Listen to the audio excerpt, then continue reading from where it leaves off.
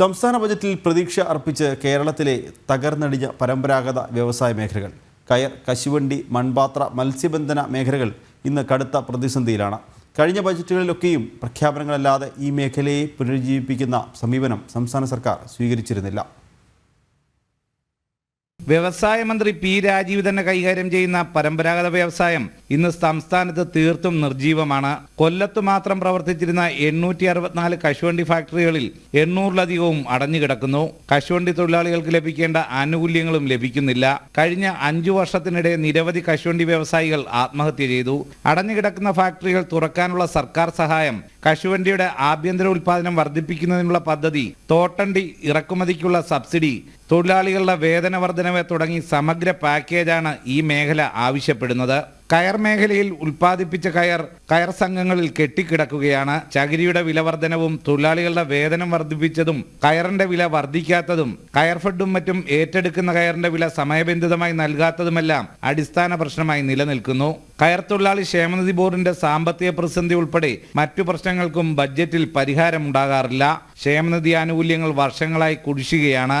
തൊഴിൽ വകുപ്പ് വഴി പരമ്പരാഗത മേഖലയിലെ തൊഴിലാളികൾക്ക് 1250 രൂപ നിരക്കിൽ ധനസഹായം നൽകുന്ന പദ്ധതിക്ക് കഴിഞ്ഞ ബഡ്ജറ്റിൽ 90 കോടി രൂപ അനുവദിച്ചിരുന്നു. അതിൽ നിന്നൊരു വിഹിതം കയർ മേഖലയ്ക്കും ലഭിക്കുമെന്ന് പ്രതീക്ഷിച്ചെങ്കിലും ആർക്കും പണം ലഭിച്ചിട്ടില്ല. വിലസ്ഥിരതാ ഫണ്ടിലേക്കുള്ള വിഹിതം വർദ്ധിപ്പിക്കുക, കയർ മേഖലയിലെ ഗവേഷണങ്ങൾക്ക് ധനസഹായം നൽകുക, കയർ തൊഴിലാളി ക്ഷേമനിധി ബോർഡ് ശക്തമാക്കാൻ ധനസഹായം നൽകുക, ചകിരി ലഭ്യത ഉറപ്പാക്കാൻ പദ്ധതി നടപ്പാക്കുക, വിദേശ വിപണി കണ്ടെത്താൻ പൊതുമേഖലാ സ്ഥാപനങ്ങൾക്കും ധനസഹായം നൽകുക എന്നിവയാണ് ഈ മേഖല ബഡ്ജറ്റിൽ പ്രതീക്ഷിക്കുന്നത്.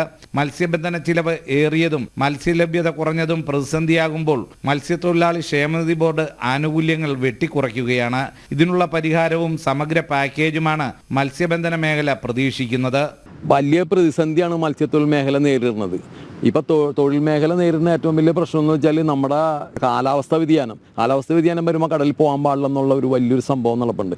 അതുകൂടാതെ ഇപ്പോൾ നടക്കുന്ന ഈ പ്രതിഭാസങ്ങളും കാരണം ഞങ്ങളൊക്കെ മുഴുപട്ടിണിയിലാണ്, കടക്കെണിയിലാണ്. അതുകൊണ്ട് ഒരു മത്സ്യ വരൾച്ച പാക്കേജ് ഞങ്ങൾക്ക് കേരളത്തിലെ പരമ്പരാഗത മത്സ്യത്തൊഴിലാളികൾ കിട്ടുകയാണെങ്കിൽ, ഈ ബഡ്ജറ്റ് ഉൾക്കൊള്ളിക്കുകയാണെങ്കിൽ അത് നല്ലൊരു ആശ്വാസമായിരിക്കും ഞങ്ങൾക്ക്. മൺപാത്ര നിർമ്മാണം, കൈത്തറി മേഖല എന്നിവയിലും വലിയ പ്രതിസന്ധി നിലനിൽക്കുന്നു.